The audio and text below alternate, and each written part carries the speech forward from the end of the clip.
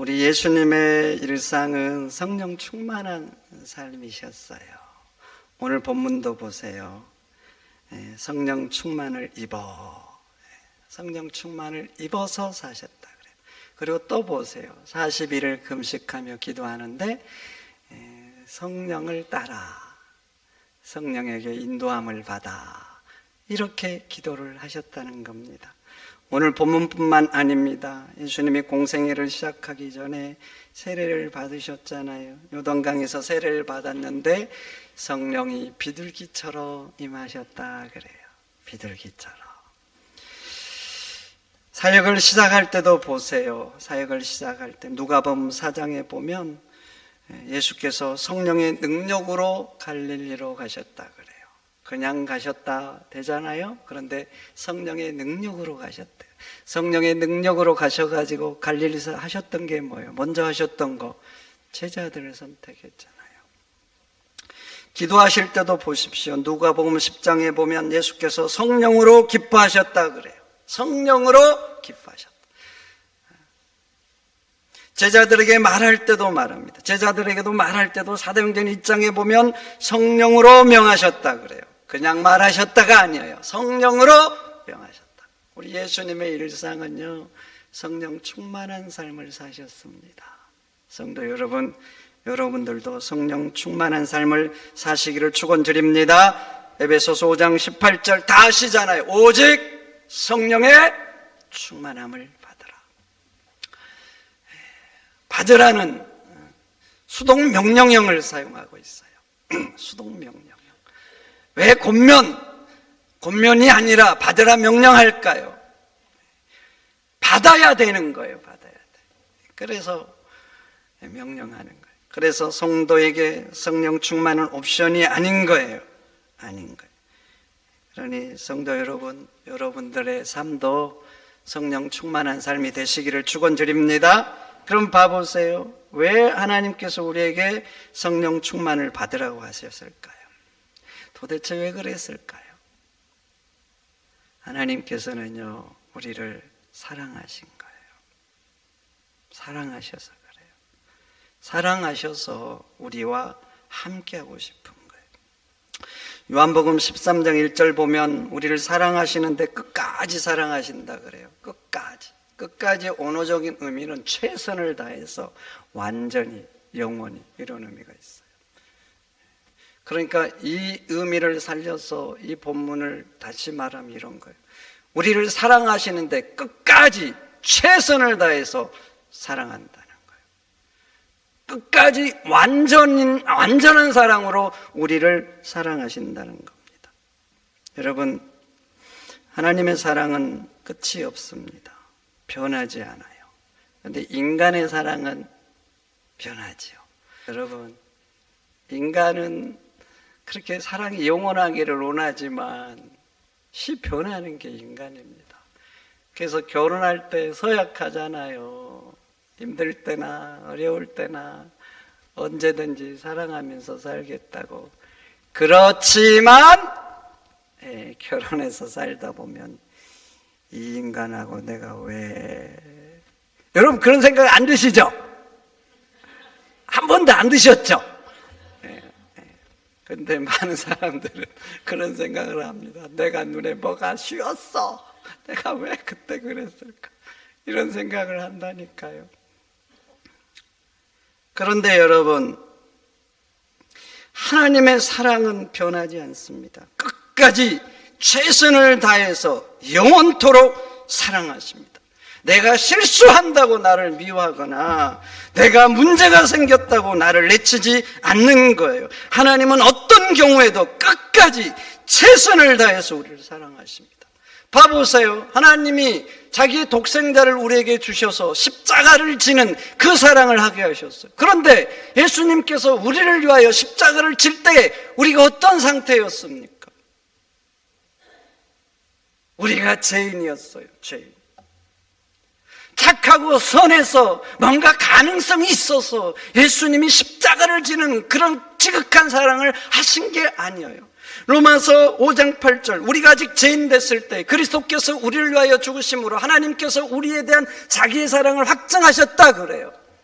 여러분, 사람이 누군가를 위해서 죽는다는 게 쉬운 것입니까? 그 사람이 위대한 업적을 남겼어요. 세상 모든 사람의 칭송을 받아요. 그래도 내가 그 사람을 대신하여 죽는다? 그것은 결코 쉽지 않습니다. 그런데 그 사람이 약해요. 비난을 받아요. 그런데 그런 사람을 위해서 내가 대신 죽는다? 어림도 없지요. 누가 그럴 수 있겠습니까? 그런데요, 예수님은 내가 죄인인데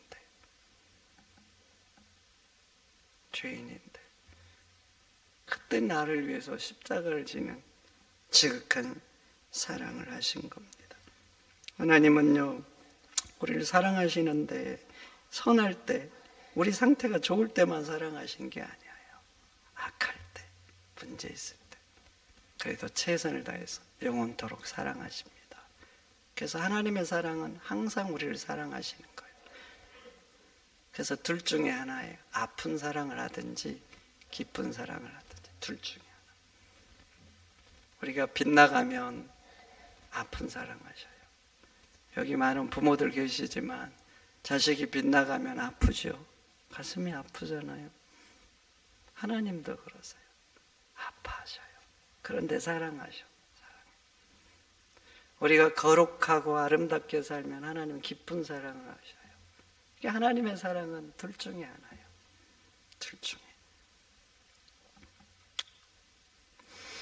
그리고 그 사랑에서 그 어떤 것도 끊을 수 없는 것입니다. 그래서 로마서 8장 35절, 누가 우리를 그리스도의 사랑에서 끊으리요? 환난이나 공고나 박해나 기근이나 적신이나 위험이냐 칼이냐. 그 어떤 것도 끊을 수 없다는 거예요.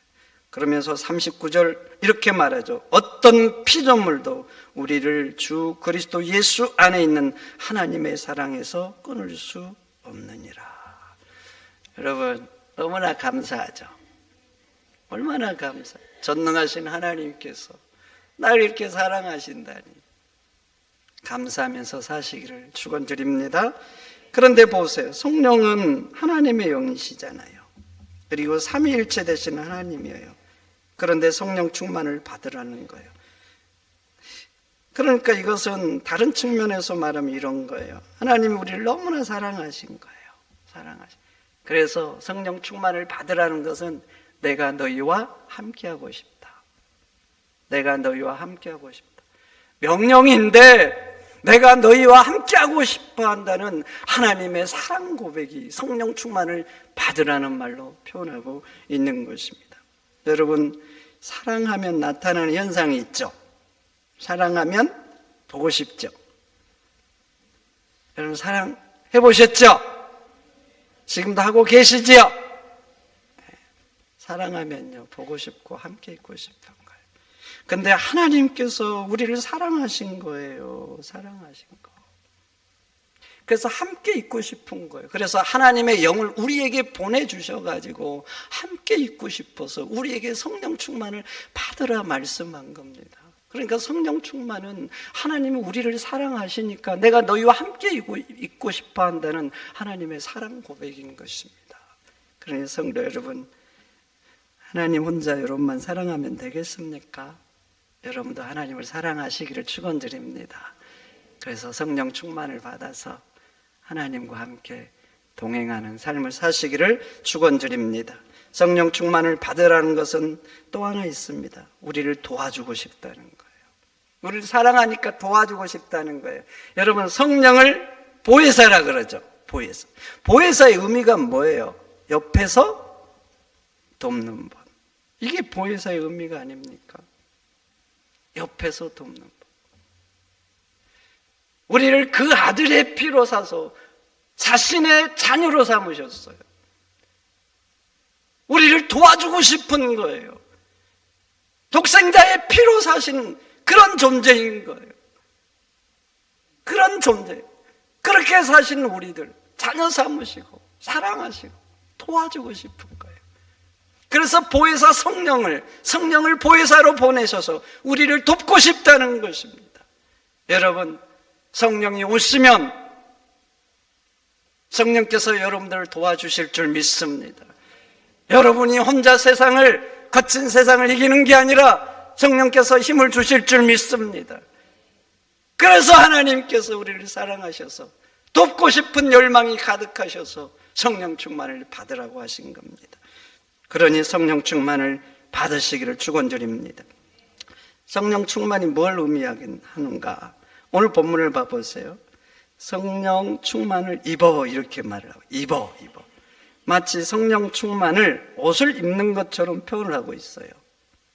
그럼 한번 봐보세요. 인간이 옷을 입는 이유가 몇 가지가 있죠. 근데 크게 두 가지예요. 첫째는 환경을 극복하고자 옷을 입죠. 그냥 맨몸으로는 살 수 없는 환경이잖아요. 그래서 옷을 입는 거예요. 그래서 사람들은 추위를 이기려고 두툼한 옷을 입잖아요. 그래서 여러분, 입으면 밖에 온도가 아무리 내려가도 추위를 견디는 거예요. 그런데 우리가 성령 충만함을 입으면 그렇게 세상의 바람을 이길 수 있는 것입니다. 여러분, 우리가 세상을 살다 보면 인생에 찬바람이 불잖아요. 눈보라가 치고. 어떻게 우리 인생이 항상 꽃피는 봄날만 있겠어요? 어떻게 그러겠냐고. 어떻게 열매 맺는 가을만 있겠어요? 우리 인생에도 사계가 있어요. 그래서 인생의 겨울을 만나고, 그러면 인생의 매서운 눈보라를 마주대야 될 때가 있는 것입니다. 그럼 봐보세요. 인생의 눈보라가 친다고 해서 그 속에서 다 동상을 입고 독감에 걸리는 게 아니에요. 아무리 추워도 눈보라가 쳐도 옷을 잘 입으면 추위를 견디고 이기듯이, 우리가 인생의 눈보라를 만났을 때 성령 충만을 입으면 인생의 그 눈보라를 이기는 것입니다. 이긴다니까요. 제자들 봐보세요. 마가 다락방에서 불같이 기도하다가 불같은 성령을 받았습니다. 그걸 어떻게 변했습니까? 세상의 가장 강력한 도전 앞에 굴하지 않습니다. 굴하지 않아요. 성령 충만을 받기 전에 제자들 봐보세요. 세상 상황에 따라서, 환경에 따라서 변하잖아요. 말씀도 듣고 기적도 체험했습니다. 그리고 주님 앞에 다짐도 했어요. 우리는 주를 위해서 죽겠다고. 그렇지만 막상 밖의 상황이 변하고 환경이 위험해지고 내 인생이 어려워질 수 있다니까 제자들 다 부인하고 도망가고 말잖아요. 그 중에 수제자였던 베드로 봐보세요. 베드로는 호언장담을 했거든요. 왜 베드로의 글을 그렇게 적어놓겠어요? 호언장담했어요. 다른 사람들은 다 해도 저는 배반하지 않습니다. 죽는 자리까지 갑니다. 그렇지만 봐보세요. 그렇게 결심했지만 상황이 변하니까, 내가 힘들어지고 내 인생이 고달파지고 죽을 수 있다 생각하니까 예수님을 3번이나 부인하고 말잖아요. 여러분, 결심한다고 인간이 다 지킬 수 있는 거 아닙니다. 내적 힘이 약하면 지키지 못해요. 내가 죽겠다, 내 인생이 힘들게 지겠다면은 그 결심이 변하고 마는 거예요. 이건 누구나 그래요. 저도 그래요. 여러분도 그래요. 인간은 그래서 다 그럴 수 있어요. 왜냐하면 약하니까. 그런데 성령 충만을 받은 제자들 보세요. 이제는 세상에 아무리 거센 환경이 도전해 와도, 그것이 자기를 죽인다고 해도 온몸으로 맞서잖아요. 인생의 풍파를 온몸으로 맞서요. 온몸으로 견뎌냅니다. 그리고 세상을 이기는 거예요.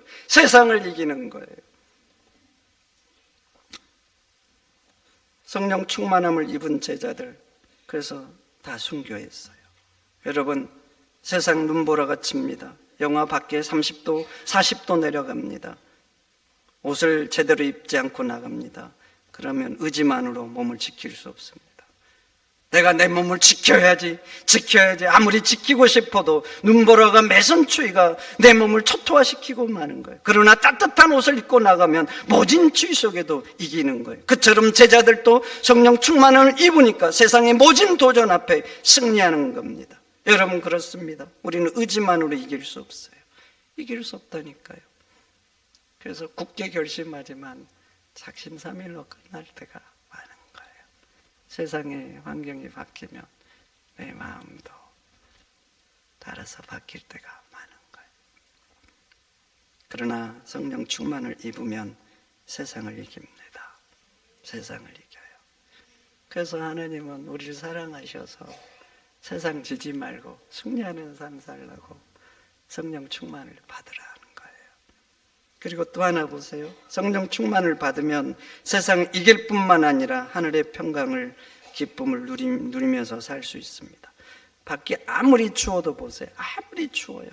밖에 나가면 덜덜덜 떨어요. 그래도 난방이 잘 된 집에 들어오면 따뜻하잖아요. 따뜻해요. 밖에 아무리 추워도 난방을 해놓잖아요. 그러면 집안에서는 반팔로 다닐 수도 있고 냉수도 마실 수 있어요. 밖의 상황이 나의 몸을 어떻게 못하는 거예요. 못해요. 근데 성령 충만함을 입으면 그래요. 세상의 그 여러 가지 일들 때문에 일희일비하지 않습니다. 세상 상황이 아무리 변해도 나는 그 가운데서 하늘의 평강을 누릴 수 있는 것입니다. 바울 한번 봐보세요. 감옥에 갇혔잖아요. 감옥에. 그런데 기뻐하라고 합니다. 빌립보서는 여러분들이 잘 알다시피 옥중소신입니다. 그런데 내가 기쁨이 충만한 것처럼 너희도 기뻐하라 이렇게 말해요. 여러분, 고대 감옥이라는 게 얼마나 안 좋습니까? 먹을 것 제대로 줬겠어요? 2000년 전에 밖에 있는 사람도 먹을 게 부족한데 죄수들에게 무슨 먹을 것을 잘 줬겠어요? 옷을 제대로 줬겠습니까? 고대 2000년 전에 봐보세요. 옷이라는 게 얼마나 귀해요. 우리도 말이죠, 목화가 들어오기 전에 우리 조상들 봐보세요. 옷이라는 게 얼마나 이 귀한 겁니까? 옷이라는 게. 제가 그 소크라테스가 거기 갇혔던 감옥을 가본 적이 있어요. 제가 생각하는 감옥이 아니더라고요. 바위를 파서 만든 그 일종의 굴로 된 감옥이었어요. 그러니까 고대의 감옥이라는 건 우리가 생각하는 그런 게 아니에요. 추위와 더위에 그대로 노출됐고 동물 같은 취급을 받는 그런 존재. 그런데 바울은 도대체 그런 상황인데 뭐가 기뻤을까? 뭐가 기뻤을까? 이게 바울 속에 있는 기쁨은 세상으로부터 오는 기쁨이 아니야. 세상적 관점으로 바울을 보면 바울은 예수 믿고 인생 망친 사람이에요. 망친 사람. 세상에 누릴 수 있는 거 다 내려놨잖아요. 그리고 고난과 핍박, 왕따, 비판들. 그러니까 예수님 믿고 인생 망친 거예요. 근데 기쁜 거예요. 도대체 무슨 기쁨이었을까요? 그 기쁨은 세상이 준 기쁨이 아닌 거예요. 하나님께서 하늘로부터 주시는 기쁨인 것입니다. 여러분 아셔야 됩니다. 성령 충만함을 입으면 하늘의 기쁨을 누립니다. 하늘의 기쁨을 누려요. 그리고 이 기쁨은 세상이 준 게 아니잖아요. 세상이 준 게 아니기 때문에 세상이 뺏어가지 못합니다. 세상으로부터 영향을 받지 않아. 세상에 내 주변의 환경이 어떻게 변해도 나는 그 속에서 바울처럼 찬양하고 기뻐할 수 있는 것입니다. 하나님께서 왜 그 아들의 피로 사신 우리들에게 성령 충만을 받으라고 하셨을까요? 왜 그랬을까요? 우리가 세상 때문에 근심하고 걱정하고 세상에 흔들려서 좌지우지되는 이런 삶을 살지 않기를 원하시는 거예요. 어떤 환경에서도 세상을 이기고 그 가운데 평안과 기쁨을 누리는 하나님의 자녀가 되기를 원하시는 거예요. 그래서 우리들에게 간곡히 말한 거예요. 성령 충만을 받으라. 성령 충만을 받으라. 그러니 성도 여러분, 여러분도 성령 충만을 받으셔서 세상에서 기쁨과 감사로 사는 여러분들이 되시기를 축원드립니다. 그리고 옷을 입는 또 하나 이유가 있죠. 왜 여러분 옷을 이렇게 오늘 입으셨어요? 주일날 오시면 더 신경 쓰시죠? 네. 안 그러셔요? 더 신경 쓰시잖아요. 옷은 멋지고 아름답고 더 품이 있으라고 옷을 입는 겁니다. 제가 이제 결혼식을 자주 가잖아요. 그러면 우리 권사님, 집사님들이 한복을 입고 계셔요. 그리고 왜 그렇게 예쁜지 모르겠어요. 왜 그렇게? 나이가 들면 젊을 때 몸매가 사라지죠. 일단 배가 나오고, 배가 나온 건 정상입니까? 아닙니까? 나이 먹어서 배 나온 건 정상입니다. 몸도 나고, 그래서 몸도 나이값을 하죠. 몸도. 근데 한복을 입으면 나이값하는 몸매를 다 가려줍니다. 가려줄 뿐만 아니라 오히려 왕비님처럼 우아하게 아름답게 이렇게 보이게 하죠. 그런데 말이죠, 우리가 성령 충만함을 입으면 그처럼 우리 인생이, 우리의 삶이 아름답게 됩니다. 아름답게 된다니까요. 성령 충만이란 의미는 성령의 지배를 받는다는 의미예요. 지배를 받는다. 한번 봐보세요. 사람이 마음에 뭐가 차올라서 충만합니다. 차올랐어요. 그러면 그것에 지배를 받습니다. 지배를 받아요. 사람이 욕심이 마음에 차오르잖아요. 그러면 욕심이 나를 지배해요. 그러니까 그것을 내가 조절을 못해. 통제를 못해. 이게 차오르면 내가 나를 지배하는 게 아니라 욕심이 나를 지배해요. 그래가지고 어떤 가족들 봐보세요. 부모님 상치르고 부조금 나눈 것 때문에 싸우는 집안도 있어요. 아니, 형제 자매 피를 나눈 그 가족인데 조금 더 많이 갖겠다고. 가지면 얼마나 더 갖겠어요. 그런데도 그렇게 싸워요. 욕심이 차오르면 사람이 그렇다니까요. 미움이 차오르잖아요. 미움이 차올라요. 그래서 내 마음에 미움이 가득합니다. 그럼 미움의 지배를 받습니다. 그러면 미움의 현상들이 나타나죠. 얼굴로 나타나고 말로, 삶으로 이렇게 나타나는 거예요. 미움의 악취들이 내 마음 속에서, 내 삶 속에서 가득 나타나는 겁니다. 그런데 봐보세요. 사랑이 가득해요. 그럼 역시 감출 수 없습니다. 사랑의 행위를 하고야 마는 겁니다. 그런데 봐보세요. 성령님은 사랑의 영입니다. 사랑의 영이라니까요. 사랑의 영이신 성령께서 나를 채워보세요. 나를 채워보세요. 그러면 내가 그 성령님의 지배를 받고 사랑의 말을, 사랑의 행위를 하고야 마는 거예요. 그러면 결국 나는 사랑의 사람이 되고야 마는 겁니다. 성령은 평화의 영이거든요. 화평의 영이에요. 그래서 성령이 한번 내 마음을 채워보세요. 그러니까 내가 성령이 임하면 세상의 비바람에 영향받지 않고 그 가운데서도 평안을 지키는 사람이 되는 겁니다. 성령은 온유한 영이고 성령은 자비의 영입니다. 그래서 성령 충만한 사람들 봐보세요. 사랑과 희락과 화평과 자비와 양성과 충성과 온유와 이런 절제들, 이런 열매들 맺는 사람이 되고야 말지 않습니까? 여러분, 내가 성령 충만을 입으면 아름답고 품 있는 그리스도인들이 됩니다.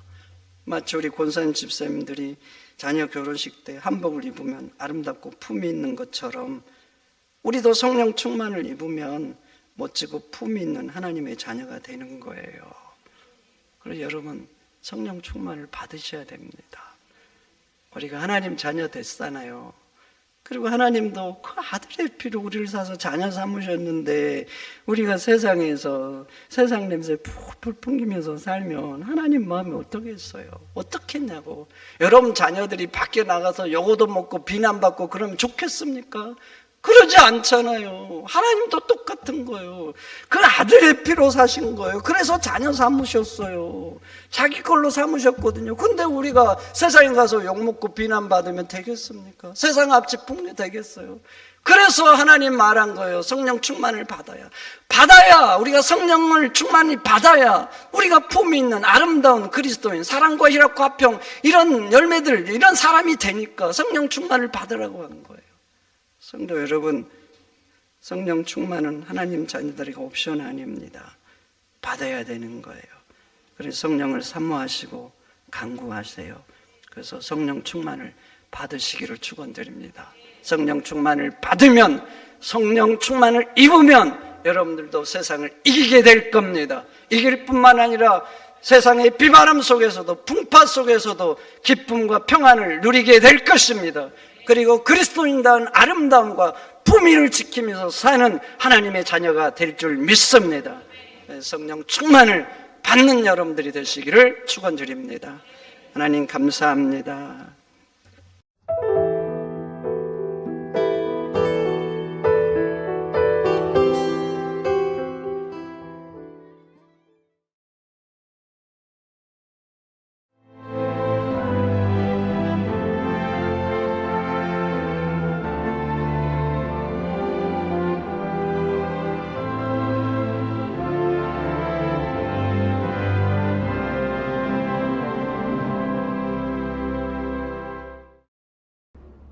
철에는 판타지가 있다. 포스코